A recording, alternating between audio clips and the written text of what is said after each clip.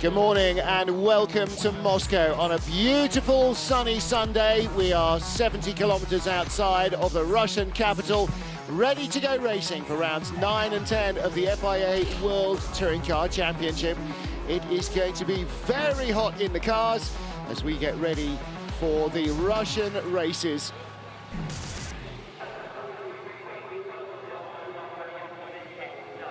Here is the view of the grid, shimmering heat haze and lots of fans around the various grandstands, loads of fans down in the pit lane as well, with Lada the focus of their attention.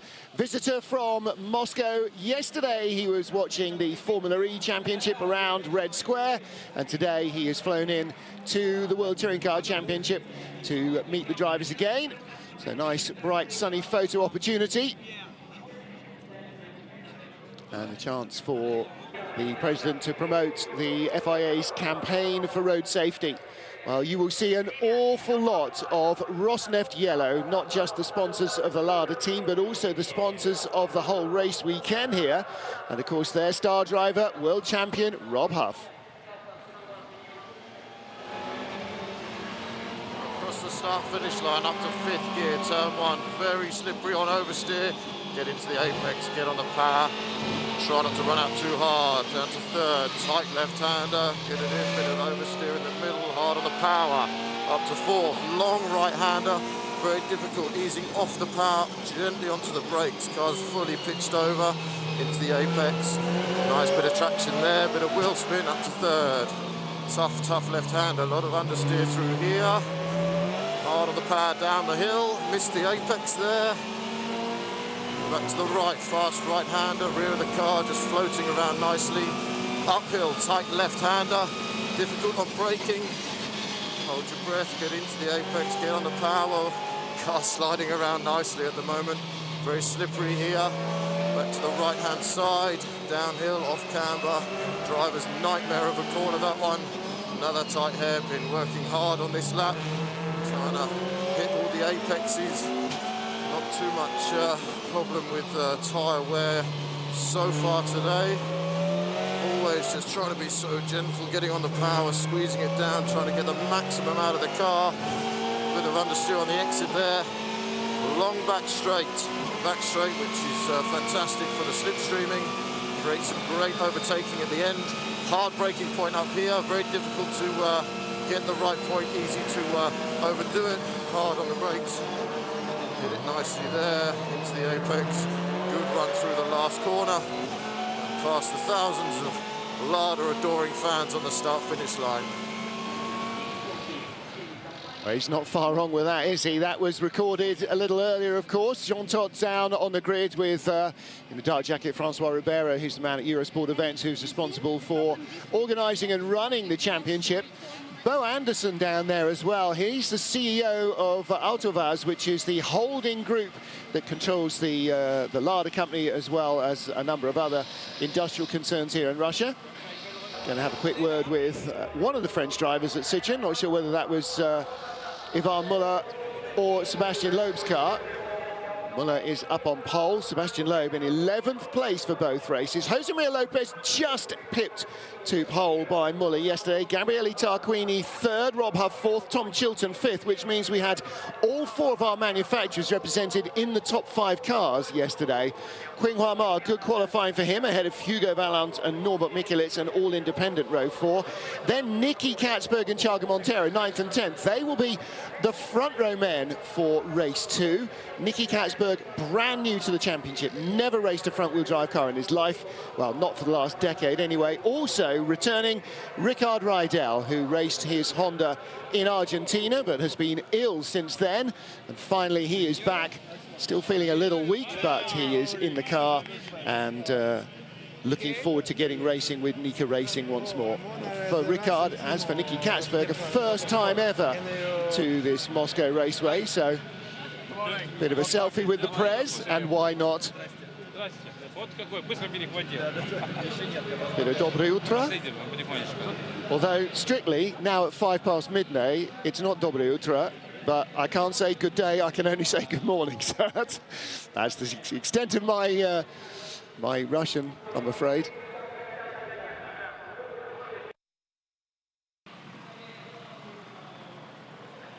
12th on the grid in the third of our Lade Vestas is Jaap van Lagen, one of now 2 Dutch drivers in the team, the first to arrive, and in fact making a welcome return to the team with whom he drove some 4 or 5 years ago. And Jaap van Lagen in 12th position, 11th on the grid. These guys both went through into Q2 but missed the top 10. And that means they will start 11th and 12th for both races. Sebastian Loeb, now he's lost second place in the championship, and he's going to start in 11th for both races. He has got a tough time on his hands, don't you think? Yeah, I think he called that yesterday, Martin. I think we worked out that he was trying to go for 10th on the grid to get the reverse grid pole for race 2, but obviously it bit him in the back and it didn't quite work for him. So it's definitely on the back foot starting 11th. It's a difficult place to start from, and that's the danger that you play when you play that game in qualifying. And you know, unfortunately, it's not worked out for him. But Montero, on the other hand, he was also doing the same thing. You've got Tarquini at the sharp end of the grid, Montero at the sharp end of the grid for race 2, and that's how you play it. Yeah, Montero will be on pole for race 2, starts 10th here. Of course, in race 2, the front row men now, Muller and Lopez, will be just in front of Loeb, but they'll still be in front of him. Nicky Katzberg, car number 10, he'll be starting on the outside of the front row of the grid. He was asking me, where's pole, where's pole? I said, it's outside on the right on the racing line. He went, really, not on the inside? Because he's been racing GTs, they have side-by-side rolling start, poles always on the inside. And so he's going to start his second ever World Touring Car start. He'll be on the front row in a Lada in Russia. He was just a little bit nervy about that. I said, no, you'll be fine. After the first race, you'll be raring to go. Yeah, some serious pressure there, I guess. Yeah, but do you know what? I think he's performed outstandingly so far, and he'll be, whatever else happens in the race, if he just races, that's what they want from him. You know, he's driving the car well. You just saw there Hugo Vallant at Campos Racing. Joan Aruz with the beard, Campos Racing boss, back. He wasn't here yesterday, he wasn't here Friday, because he's running one of the teams in Formula E. So he's been in Moscow City Centre, and then here he is back at the racetrack for another race day. 2 different championships in the same weekend. That's what every commentator hopes for. Qinghua Ma on the grid. Yes, Ben just reminded me that Joan Aruz had victory, indeed, on the streets of Moscow in the first Formula E race here. It was Nelson Piquet Jr. who was first to the checkered flag, and yes, a happy weekend for them already. Tom Chilton, halfway up the grid. And Tom in 5th position, or halfway up the top 10, 5th position. He'll start 5th in race 1, 6th in race 2. And really good qualifying run for him. And for the first time all year, out-qualifying Tom Coronel. For the first time all year, really being very happy with the car, because, Harry, they've gone back to settings that they know worked last year, and suddenly he said the car really works, certainly for him, a lot better. Fastest of the Chevys as well. It's good to see Tom up there. And by his own admission, they're still a little way from the Citroens, but he did mention that his goal would be to try and tuck in behind Huff and see if he could take the fight to Huff, because certainly in qualifying these guys were about 8, 9 tenths off the Citroens pace, but they were on a very similar, very close together. Well, the Lada drivers really in the centre of a frenzy today, especially. I was joking with Jaap van Lagen and Nicky Katzberg. I said to Jaap, you have told him it's not always like this, haven't you? And Jaap said to his teammate, yeah, it's always much quieter than this. Well, let's hear from Gabriele Tarquini at Honda. Hopefully it will be a good weekend for you, Gabriele. Strategy into that first corner. It's simple, full attack. I have nothing to risk. I mean, the guy in front of me played for the championship. And after 1 or 2 laps, the race will be quite over, because overtaking is always different. So my strategy is very simple. The powers are on for you. Well, Gabriele, one of the greatest exponents of starting a front-wheel drive car you will ever see. And the fact that the Citroens are fast doesn't necessarily mean that he's not going to outstart them. None of the Citroen drivers have nailed every start this season. Quite often, they've been quite laggardly away, and they're trying to continue working on their manual system to get that sorted out, but it's still not the best starting car. Look at the rear wing on Jose Maria Lopez's car. That's been backed off to actually generate lift rather than drag. He is getting no damage. In fact, you can actually see on the screen, you can see much more of the word Citroen than a Navarre Muller's, which is more of a sort of what you'd expect from rear wing, Harry, generating a bit of rear downforce. Well, let's hear what our pole man had to think just before he went out to the grid. Ivan taking some cool moments before the start of this race, looking for maximum points? Yeah, of course, like every race. Target to try to do a good start, keep the leadership for the first corner. And then we'll see. I will do my best. I will drive as well as I can and save the tires. You mentioned the start in the first corner. Is that the most critical moment of this race? It's not the most critical moment, but it's one of. It's only the most critical moment if you get it wrong, and that is always the worry. So, if you are seated comfortably, we shall begin.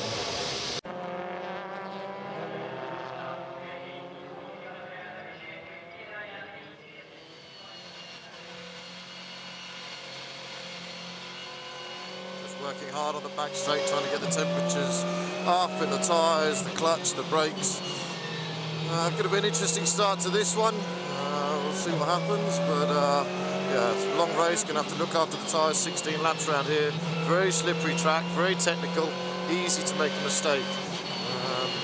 Yeah, it's going to be tough. Just making sure I've got all the settings in the right places. All looks good. See if we can have a bit of fun with this one.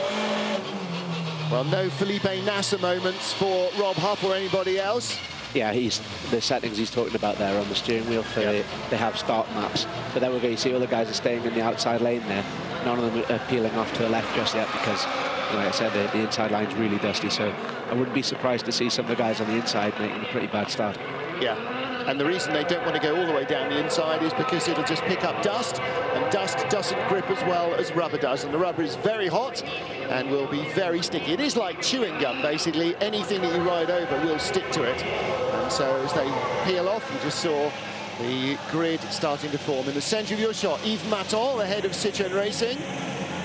Total Citroën Sport. Ivan Muller not quite forward in his grid spot. This is hard to judge. You're so low in the car. Lopez looks slightly forward of his. Coronel, well, he's in it.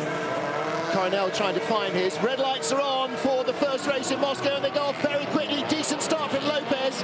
Where's Tarquini? He has not got the greatest start. Huff is inside him. Can't get through, and through goes Ivan Muller ahead of Jose Maria Lopez. Out very wide goes Ricard Rydell as Norbert Michelis bumps his way inside Thiago Montero. Chilton in front of the black and red car, the second black and red car, that's Norbert Michelis. So Muller, Lopez, Tarquini and Huff, then Chilton. Marr got by Tom Chilton, didn't he, in the Citroën? Yeah. Yes, he did. Yeah, he has. That's a good start he's had there from the line. And there's a Lada offline there, and that will be Nicky Katzberg being dive-bombed by Tom Coronel, who goes a long way around the alley. It's not, it's Jaap van Lagen. Oh, and contact between the Dutch drivers. And Coronel, who's not had the best of times, gets turned around on the run up the hill towards corner 9. Coronel won't be very happy about that, I don't think. Oh, and off has gone Bernani and Daste. Well, Coronel and Daste aren't having much of a weekend, nor is Bernani. 9 is an uphill approach, pop over the brow into a tight left-hander. And Harry, you talked about it in free practice, we often see incidents there because you're on the extreme right, the door looks open and suddenly gets slammed very shut. Yeah, and as the tyres start to drift away, then people start making mistakes. So it's certainly become an interesting corner. Well, Bernani, shunted from behind. It wasn't a door open. Daste just got too deep in under braking, and as you pop over that brow, car goes light. Yeah, just locked up. So Huff looking at Tarquini at the end of the front straight. He'll want to strike early if he can. On the podium here would be a great run for Rob Huff if he could achieve it. We already heard from Gabriele early on saying after a couple of laps the Citroëns will be gone and the race will be over. Maybe not so much. There's Grégoire de Moustier in the Craft Bamboo car, tailing Jaap van Lagen.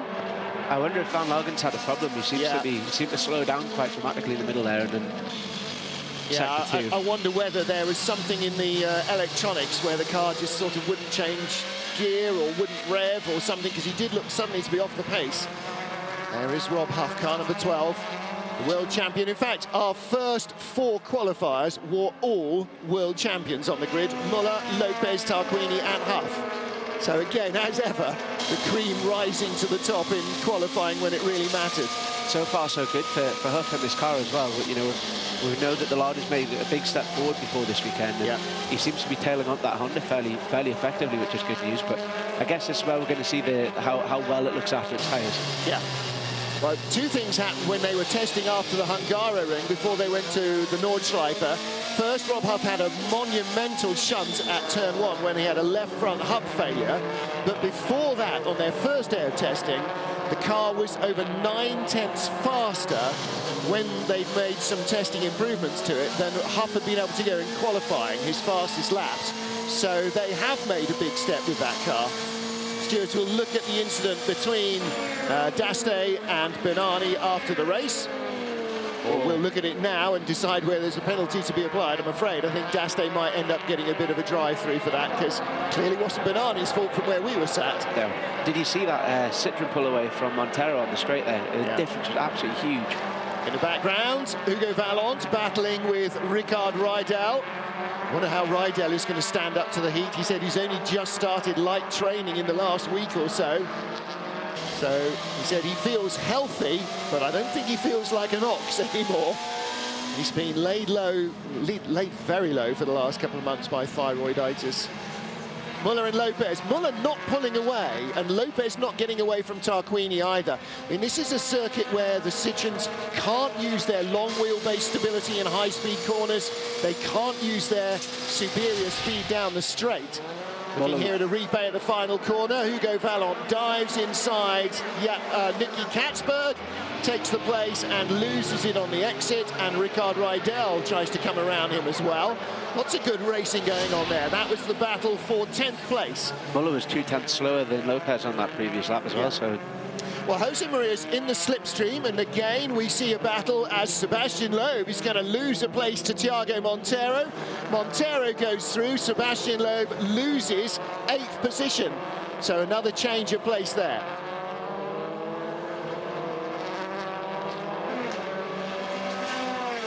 Thiago Montero now up to 8th place, looking to gain as many points from race 1 as he can. He'll start race 2 on pole.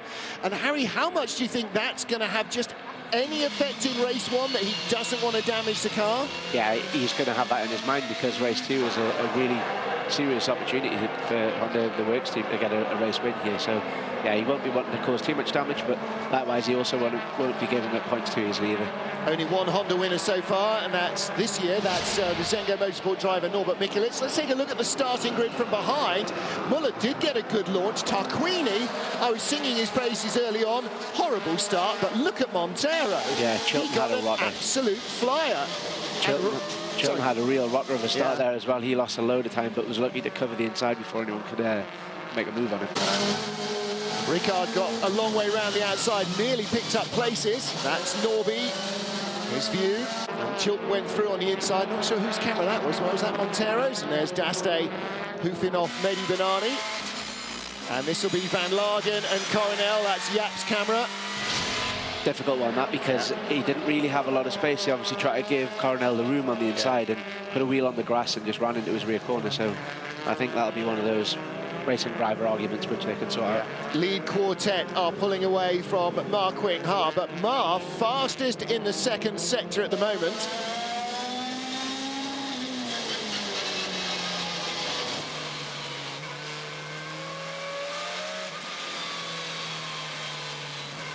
On board with Jaap van Lagen behind Hugo Vallant. That's the battle for 11th. Muller is now starting to make a little ground between himself and Jose Maria Lopez. Lopez similarly just a little in front of Tarquini. No space at all between Tarquini and Huff. If Huff is going to take a place, then this will be the race that he wants to do it in. And Lopez, despite being in Muller's slipstream and running less wing, is not staying with him on the straight. Now, that's got to be a decision he is making rather than Muller being able to pull away.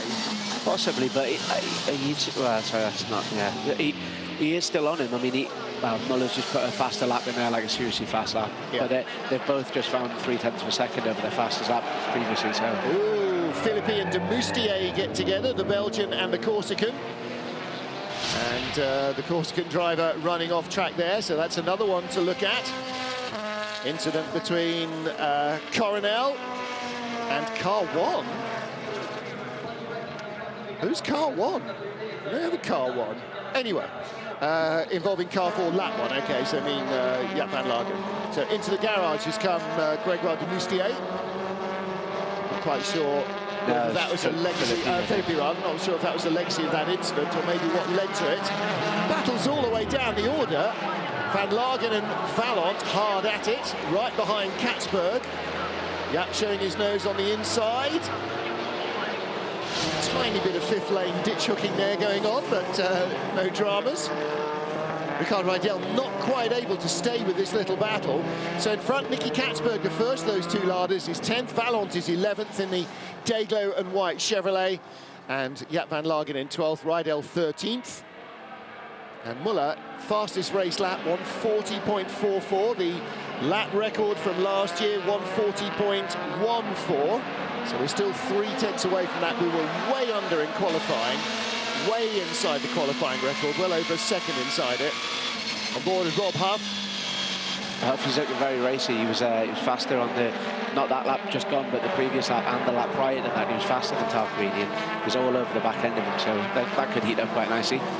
Big slide from Mistake from Vallant, and he loses ground to the man behind him, Jaap van Lagen. Here comes Mehdi Benani trying to put in a move around the outside of Tom Coronel. And Benani doesn't quite get through on the outside, but he cuts to the inside.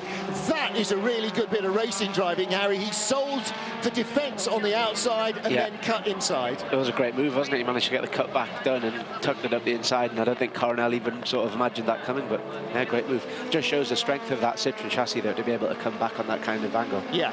Again, it can turn. It's like the Chevrolets used to be compared to everybody else. It can turn inside anyone. Mistake from Vallant over the brow. You saw the car slide, and suddenly Van Lagen trying to snap him up.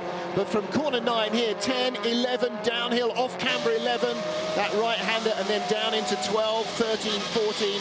There's really no way to get through unless you nerve the car off in front. Vallant looks like he's struggling with the rear end a little bit. We've seen him having fairly major slides on quite a lot of occasions here. It is oversteer city, that car, isn't it? And maybe that explains his lack of speed, because Van Lagen really trying hard not to tap him there.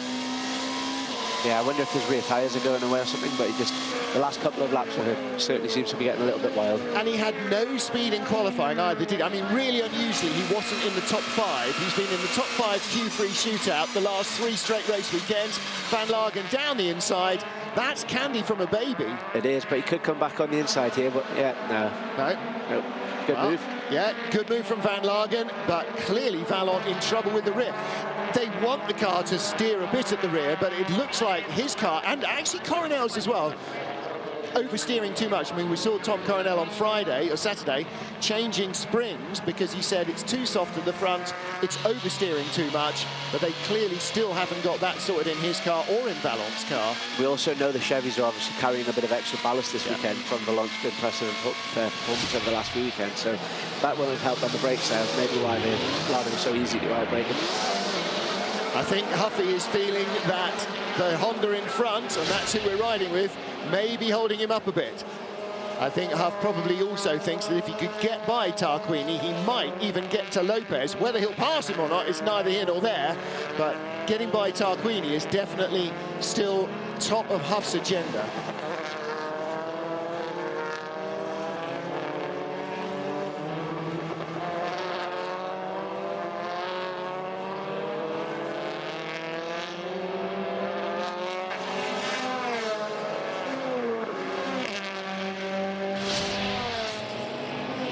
Drifting out wide, Gregoire de Moustier and Stefano D'Aste down the inside. Mehdi Benani looking to pick up another scout there as well. Halfway through our race, nearly. Lap 7 completed, we're on lap 8. And we've had no safety cars last year here. We've had no safety cars so far this weekend. This race should go clean all the way to the end. Looking from Thiago Monteiro backwards. Montero being chased by Sebastian Loeb, and Loeb making no impression on the Honda. This track really works for the Honda. It's a shorter chassis, it's nimble, it turns really well, and there are lots of turns here and very few straight bits, and that's why the Honda seems suddenly to have found performance. They haven't found it, just it's now on a track that really works well for it. Yeah, the Honda's been historically impressive around here, even in the previous format of this World Touring Car spec forms.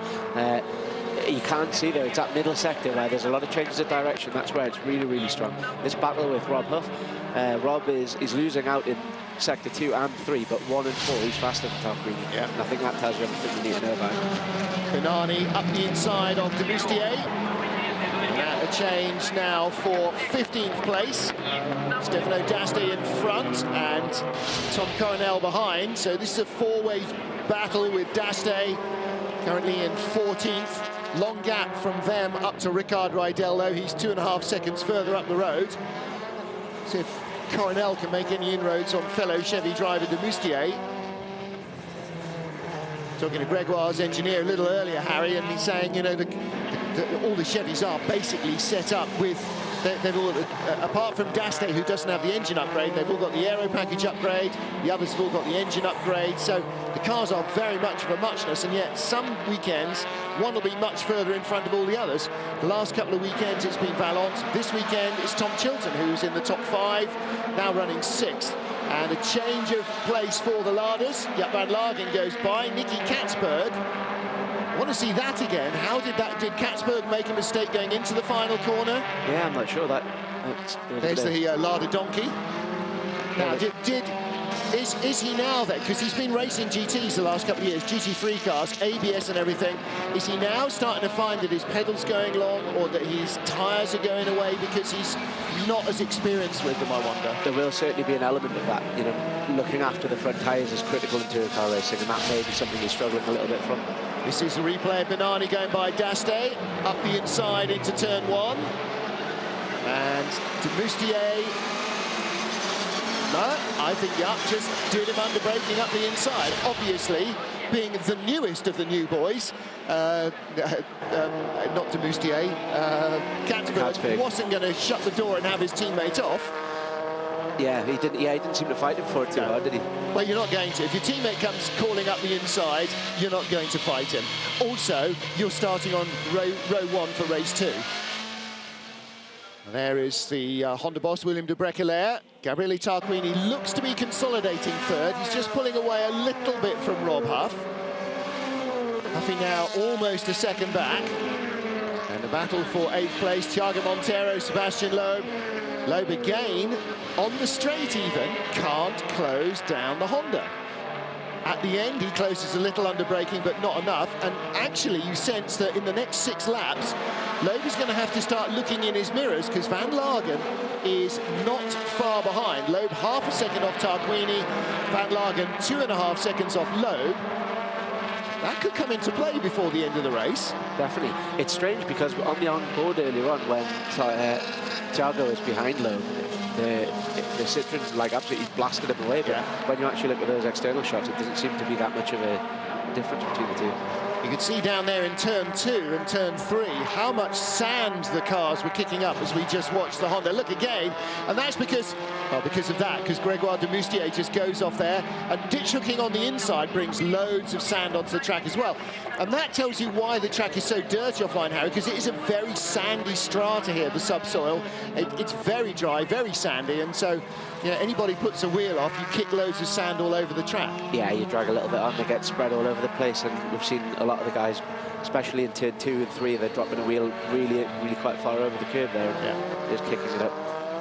Demoustier hanging on in front of Coronel. They battle for 16th. Not sure Rob Huff's given this up yet, you know. He spent the whole time following Tarquini closely, but not a line astern, just keeping the nose of the larder, poking out for cooling air for the brakes, cooling air for the radiators. Yeah, he has lost a little bit of time too, but it's not a huge amount, certainly not over. Tarquini's not going to get to Lopez, that much we can pretty much guarantee, unless the Citroen has a rare mechanical failure. But Huff is definitely within striking distance, close enough to make Tarquini feel uncomfortable almost all the time. From Gabriele's point of view, he knows that Rob is not going to go for a random lunge, because that's not what world champions do, that's not how they become world champions. But if Gabriele makes one mistake, he knows that Huff could appear alongside him in the door mirror. Yeah, and Rob has to keep pushing as well because he's got Mar bearing down on him. Yeah. He's still got a reasonable amount of breathing space, but he was nearly 3/10 of a lap faster on him on that previous lap. Mar in clear air is 2.5 seconds back, but as you say, going a lot quicker. Of course, we say 3/10 of a second is a lot. It's not. It's the most fractional amount, but motor racing is all about fractional amounts. Bustier versus Coronel.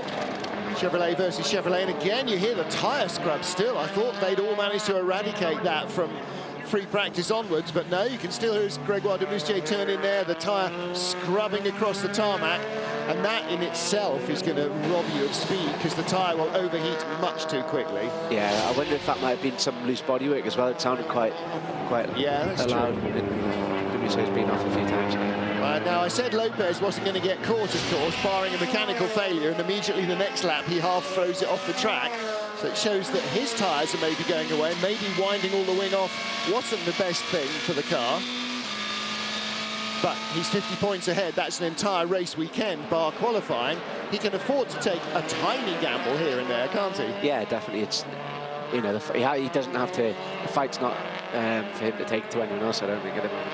I don't know if you spotted there, but in Huff's visor, they all run this cooling system that we alluded to early on, just on the grid there.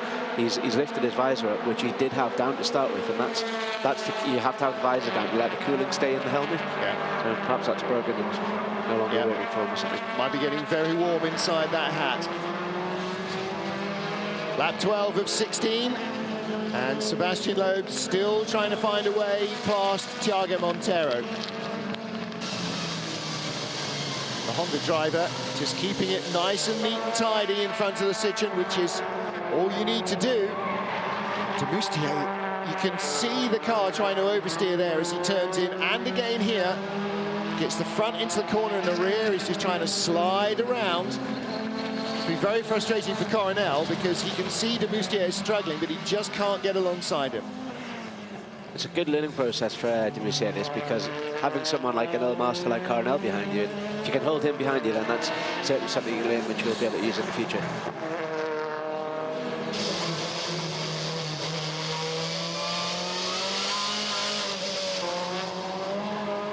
Gabriele Tarquini may have the opportunity now to start to think about second place instead of third as he closes on Jose Maria Lopez. Lopez gap to Ivan Muller is now 3.1 seconds. At the line last time, Lopez was 1.3 ahead of Tarquini. Whether that remains the same, I'm not entirely sure. Rob Huff, 0.9 behind from 0.7, but again in the slipstream of two cars now, Huff might close a little down the straight. Then the next battle, Tom Chilton, Norbert Michelis, and then Thiago Montero, Sebastian Loeb. Chilton and Michelis, the two red and black cars, working together as one unit in the air. They're still not catching Mars Citroen. You can see that Michelis is having trouble getting the Honda turned in there, and that's Huffy. That is Huff on Tarquini. Tarquini may be having the same problems in corner 1 and 2 as we saw from Michelis. Huffy had a mega lap on the previous lap there. I was just looking at the times just as this battle kicked off. And Huff is all over Gabriele. And there'll be an awful lot of people in yellow shirts leaping up and down if he can manage to get by the Honda in the remaining 3 laps. Because Gabriele had a good lap on the previous lap, but Huff had an even better one, so he pulled 3.5 tenths out of him on the previous lap. Tiniest of touches. Gabriele knows he's there anyway. That wasn't a wake-up call from Rob. That was just taking the tighter line. And it's interesting that the Lada has still got the grip to take the tighter line, despite sitting in the hot wake of Tarquini's car for the last dozen laps.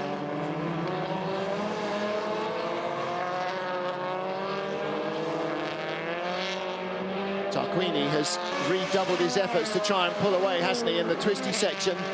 And then up the straight, this is where Rob in the slipstream will pick up a few hundreds more in terms of time as he gets a little bit more speed in the Lada in the slipstream of the Honda. Lopez not getting away either, really, is he? No, he's not. That mistake that dropped him from almost 2 seconds away is now being compounded. I think what happened there, Gabriele made a mistake in sector 1, looking at the way the times have panned out, but he's obviously recovered from that, and that's what allowed Rob to catch up so dramatically there. Last time round, Muller 1:42.20, Lopez 1:42.22, Tarquini 42.39, Huff 42.42, and the fastest man on track last lap, Ma, 1:42.12. So he is in 5th place, he is the man on the move, but he's got a lot of moving to do to try and catch Rob Huff. 13 laps completed. And Tom Coronel now starting to run out of options as he runs out of tyre. Drifts out way wide in corner 1, and that relieves some pressure on de Moustier. Now the young Belgian won't have the Dutchman in his mirror in the next couple of corners, and that'll allow him just to breathe a sigh of relief, maybe gasp a bit more air in. Yeah, look, the Lauda is able to carry a lot of entry speed, isn't it? From turn into the middle of the corner to the apex, it's able to carry roll a lot of speed up to that apex, which certainly seems better than the Honda in that respect. But the Honda seems to leap off the corner a bit faster. It does. And Rob is always playing catch-up up the straight. Chaga Montero now leaving Sebastian Loeb behind him. And Loeb cannot close up the straight. There's Ma. What's the gap over? Gap's come down to Tom Chilton. It's now down to 1.8 seconds. Still too much probably to make up in 2 laps. We're now starting lap 15 of 16. And all the Russians here will be going, come on, Huffy. Desperate to see the Lada go by for 3rd place. There's a lot of fans here, guests of Lada. A lot of fans here, guests of Rosneft as well, the title sponsor. And lots of yellow in the paddock. So where's Tarquini looking? Is he looking at Lopez, or is he watching Huff in his mirrors? I think he knows that he's weak in sector 1 compared to Rob and the Lauda, so I guess he'll just be trying to make sure he doesn't make any mistakes to allow Rob up too close in sector 1. The only place you can afford a mistake is in this sector here, where it's very hard to find any momentum to get by somebody, because you're constantly braking, turning, accelerating. Yeah, we've only ever really seen a few either forced overtakes there or when people have made a mistake. The run up to turn 9 is Rob Huff's best opportunity, or from corner 1 to 2 to 3, or at the end of the straight, but he's just not getting close enough at the end of the straight. These Laudas, though, it's very impressive. I mean, up and down the field there, we're seeing them sticking with Citroens and Hondas. And the Honda, again, that seems to have taken the fight to the Citroen. Yep. Montero there, Loeb's not able to make any progress on him, really. Well, and remember that I talked about Van Lagen being 2.5 seconds behind 3 laps ago. He's now under a second behind Sebastian Loeb. So not only is Loeb not able to get past Montero's Honda, but the Citroens are being caught by the Ladas. And again, that underlines what I suspect Rob Huff thinks, that if he'd been able to get in front of Gabrielli at the start, he could have given those Citroens a tougher time than he's been able to so far. Yeah, it tells us that the Lada's looking after its tyres very well as well, which is good to see. Well, Van Lagen's last lap, a 1:42.24. Loeb's last lap, a 1:42.44. So that's 0.2 a lap quicker than the Citroen driver.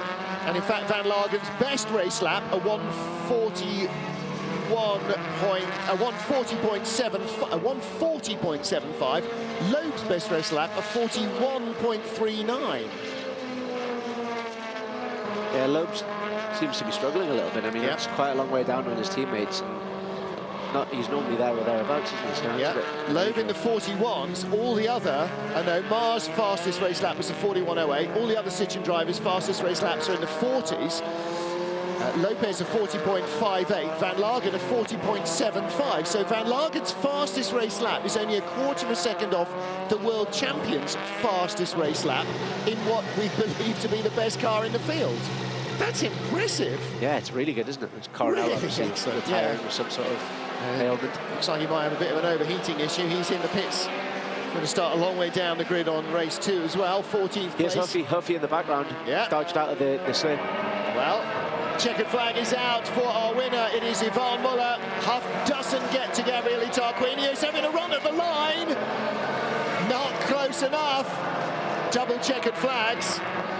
because the first one is inside corner one and very hard to see. And the margin for Gabriele Tarquini, 0.29, in third place ahead of Rob Huff. So Van Muller wins it. Jose Maria Lopez in second place, Tarquini third, Huff fourth, Mar, Chilton, Mikulits, Montero, Loeb and Van Lagen.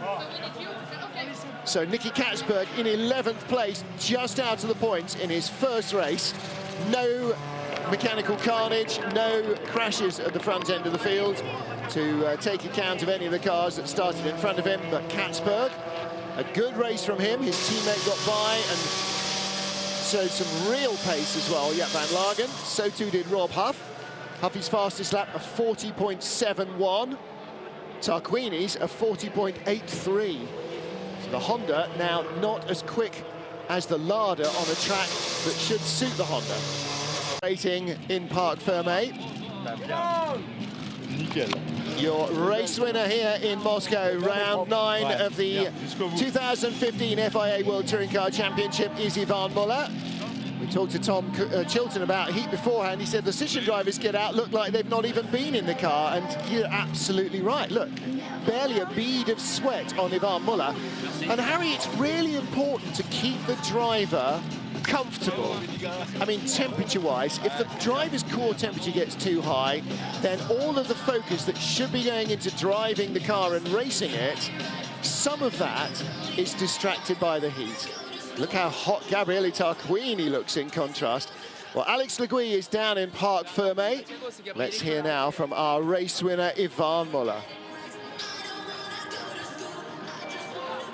Superb off the line for Yvan Muller, who wins here in Russia, race 1. Congratulations.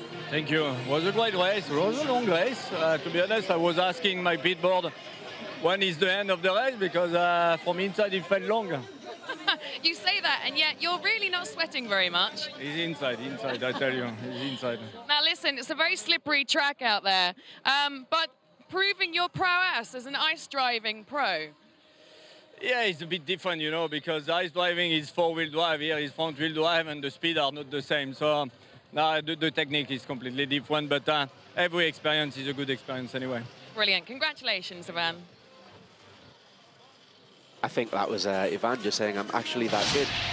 Nobody can stop me or whatever I do, so there you go, have that. No, but to be fair, that was fantastic effort from Yvan. He probably got a little bit overlooked in that race because he kind of drove away at the front there and did as we've seen him do so many times before, got his head down and was spotless from start to finish, and yeah, you can't take that away from him. And you know, even leading a race like that, it's difficult, it's tough, because you do need to push hard. You're the first car that's going to have tyre problems. When your tyres start going off, the other guys following you can see where you're starting to go, then they can back off accordingly, but you're the one who has to set the pace. And maybe that little extra bit of wing that he had over Jose Maria Lopez just helped him keep the tyre alive. Again, that'll be down to a bit of an individual driving style. Lopez wanted a bit of a quicker car up the straight, I assume, and felt that he could handle it better around the corners with less rear wing. Yeah, and the other thing with a little bit less rear wing, obviously, it gives you a little bit more oversteer in the high-speed corners, so perhaps that was something that Lopez was feeling that he needed later in the race. So, yeah, you know, as the race goes on, you're still getting that rotation in the high-speed stuff. Gabriele Tarquini looking very warm on the podium for the Castrol Honda team. And Jose Maria Lopez now sees his championship lead reduce marginally. It was 50 points before the race, and it is now 7 points left less. Yvan Muller now closes to 43 points behind.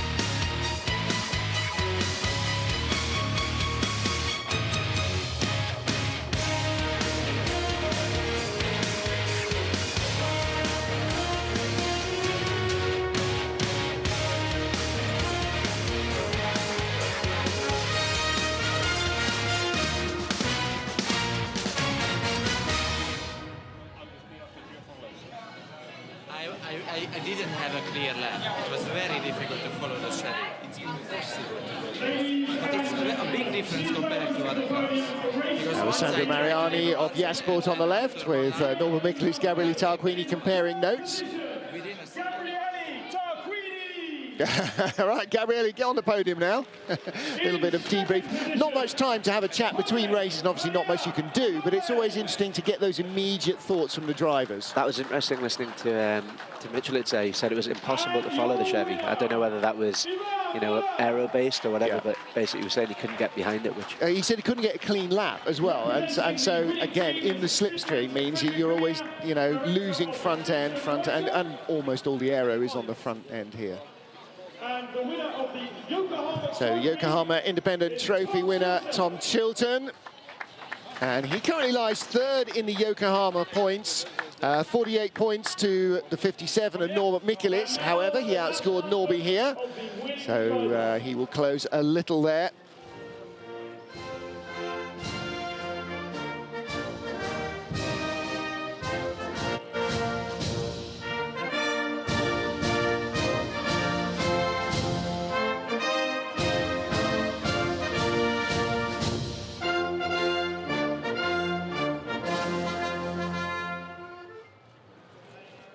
So the French anthem for our winning driver and for our winning constructor.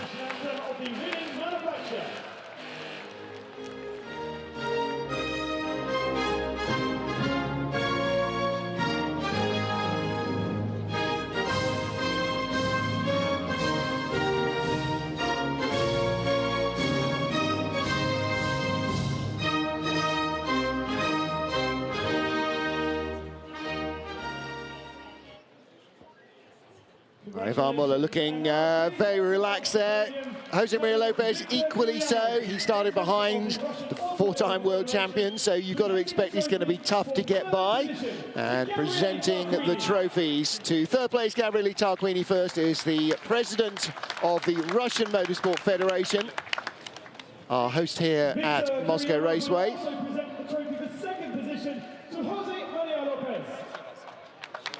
Tito taking second place here, 43 points championship lead now. 42-point championship lead, because of course Ivan outpointed him by 1 in qualifying as well, so he's 8 points closer after race 1. And there is the winner's trophy for Ivan Muller. Mr. Harry Mick, the president. Well, he had to start winning, and he has started winning, Ivan, because that's the only way you're going to beat Lopez. You can't just go and garner points. That's never going to do it, H, is it? No, and interestingly, I think it was Morocco where Ivan said the championship fight was now over for him, but obviously... that's always what happens before he starts hauling you in. Yeah, I wonder how much of that was a little mind game to sort of, you know, maybe put Lopez on the back foot, but I'm sure he's not susceptible to that sort of thing. No. Yokohama Independent Trophy handed to our race winner, Tom Chilton, who was in 5th position overall. 6th position overall he was, top Yokohama Trophy driver. So there's your podium for race 1. Refueling is already underway of the cars, and repair time will start when refueling time ends. So you've got 5 minutes of refueling, then 10 minutes of repair time, or 15 minutes repair time rather. Pit lane will close in 17 minutes and 40 seconds from now. So teams working busily between the races. Tom Chilton didn't exactly look that hot, did he? I told him to stop whinging and just get on with it. Yeah, he probably had his window down. Yeah, wind the window down, Tom. I think his iPod playing in the background as well. And, you know, people will say, well, why don't they just crack the window open a bit? Well, you can't, because it's not a window, it doesn't have a winder, it is just a sheet of perspex in there to stop, basically to channel wind around the car.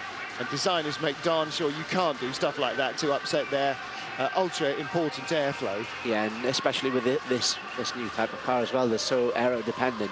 And the Chevrolet in particular, I think, has a very well-developed aero package on it now, and that's, I guess, what we heard from Michelis before, saying that it was difficult to follow, but you can't have an opening aperture in the car door or anything like that, because that would be an aerodynamicist nightmare, I think, would be what it would be called. Gabriele Tarquini jumps from 7th to 5th in the drivers' points, incidentally, after that podium, so he has leapt ahead of Thiago Monteiro. I beg your pardon, of Norbert Mikulits and Qinghua Ma. So it's a good result for the Honda driver.